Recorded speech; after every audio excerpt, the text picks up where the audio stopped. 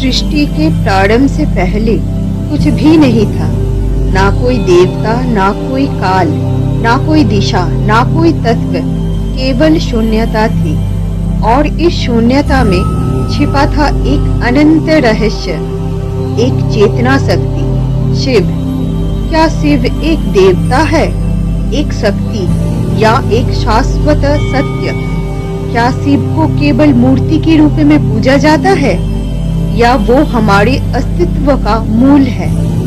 आज हम शिव के इस परम रहस्यों को खोलेंगे, वेदों, उपनिषदों, तंत्र और आधुनिक विज्ञान के दृष्टिकोण से। वेदों में शिव को रुद्र कहा गया है, जिसका अर्थ है जो समस्त बंधनों को काटता है। यजुर्वेद में शिव को सर्प कहा गया है, जिसका अर्थ है विनाश करने वाला। ऋग्वेद में शिव को पशुपति कहा गया है, जो समस्त जीवों के स्वामी है। अथर्ववेद में शिव को महाकाल बताया गया है, जो स्वयं समय से परे है। श्वेताश्वतर उपनिषद में सर्व शिवमय जगत यानी संपूर्ण ब्रह्मांड शिवमय है। शिव पुराण में कहा गया है, शिव केवल एक देवता नहीं बल्कि संपूर्ण सृष्टि की ऊर्जा है। वो स्वयं आदि और अनंत ब्रह्म है। साइंस की दृष्टि से देखा जाए तो शिव शून्यता और अनंत ऊर्जा के प्रतीक है। शिव का त्रिनेत्र भूत, वर्तमान और भविष्य का प्रतिनिधित्व करता है, जो क्वांटम भौतिकी की मल्टी डायमेंशनल यूनिवर्स से मेल खाता है।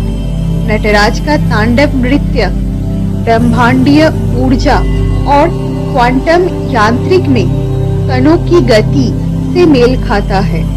शिव शब्द का अर्थ है कल्याण, शांति और मोक्ष।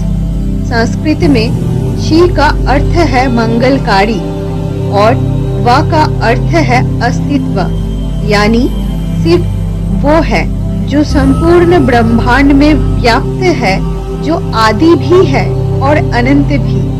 शिव समस्त जगत की सीमा है, सृष्टि विपरीत मूल्य का संगम है। इसमें पॉजिटिव और नेगेटिव दोनों ही गुण मौजूद है। ब्रह्मांड में अग्नि है तो जल भी है, बुराई है तो अच्छाई भी है।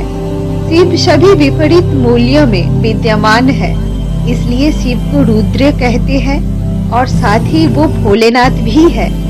जहाँ उन्हें सुंदरेश कहते हैं, वहाँ उन्हें अघोर भी कहते हैं।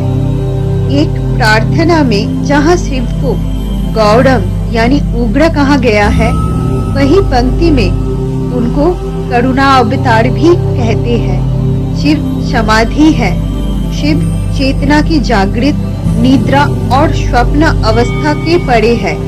शिव समाधि है, चेतना की चौथी अवस्था, जिसे केवल ध्यान में ही प्राप्त किया जा सकता है। समाधि में मन पूरी तरह से समभाव में रहता है। ये एक ही समय में शांत भी है और पूरी तरह जागरूक भी है। शिव तत्व वो शक्ति है जो सृष्टि की रचना, पालन और संहार करती है।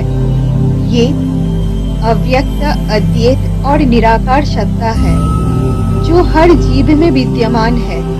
शंकराचार्य ने कहा है कि शिव और आत्मा में कोई भेद नहीं है। शिव वही चेतना है जो अहम ब्रह्मास्मि, मैं ब्रह्म हूँ की अनुभूति कराती है।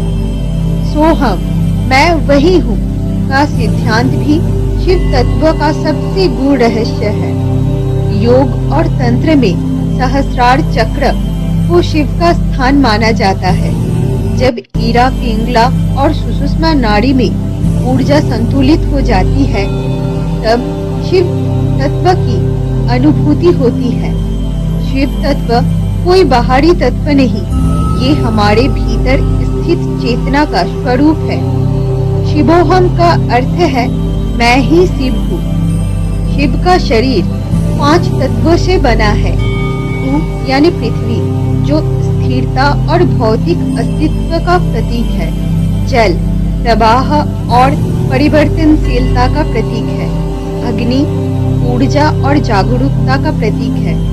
वायु गति और चेतना का प्रतीक। आकाश अनंतता और शून्यता का प्रतीक है।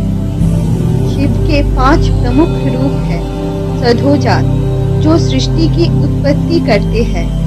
वामदेव जो पालन और संरक्षण करते हैं। अघोरा जो संहार करते हैं, मृत्यु को नियंत्रित करते हैं। सत्पुरुष जो ध्यान और आत्मज्ञान की प्रतीक है। ईशान जो सृष्टि की समस्त ऊर्जाओं का स्रोत है।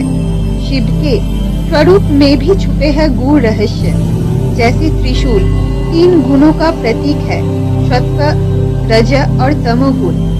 डमरू ब्रह्मांडीय ध्वनि का स्रोत है। गंगा आध्यात्मिक ज्ञान का प्रवाह है। तीसरी आंख ज्ञान विवेक और संहार का प्रतीक है। शिव का ये स्वरूप हमें सिखाता है कि संतुलन जीवन का मूल तत्व है। सृजन पालन और संहार ये तीनों ही जीवन के चरण है। शिव के ओम मंत्र केवल ध्वनि नहीं, ये संपूर्ण ब्रह्मांड की ऊर्जा है। शिव और ओम का गहरा संबंध है। अ सृजन यानी ब्रह्मा, उ संरक्षण यानी विष्णु और म यानी संहार शिव। शिव का तीसरा नेत्र का अर्थ सिर्फ संहार नहीं है, ये ज्ञान और जागरूकता का प्रतीक है। ये पेनियल ग्लैंड से जुड़ा हुआ है, जो आंतरिक दृष्टि और आध्यात्मिक शक्तियों का स्रोत माना जाता है। आधुनिक न्यूरो साइंस में ये थर्ड आई चक्र के रूप में प्रसिद्ध है।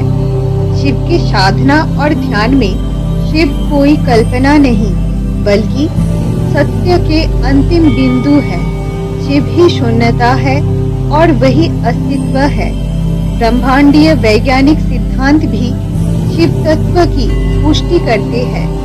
शिव को जानना स्वयं को जानना है। शिव कोई मूर्ति नहीं, कोई देवता नहीं, बल्कि चेतना की अंतिम अवस्था है।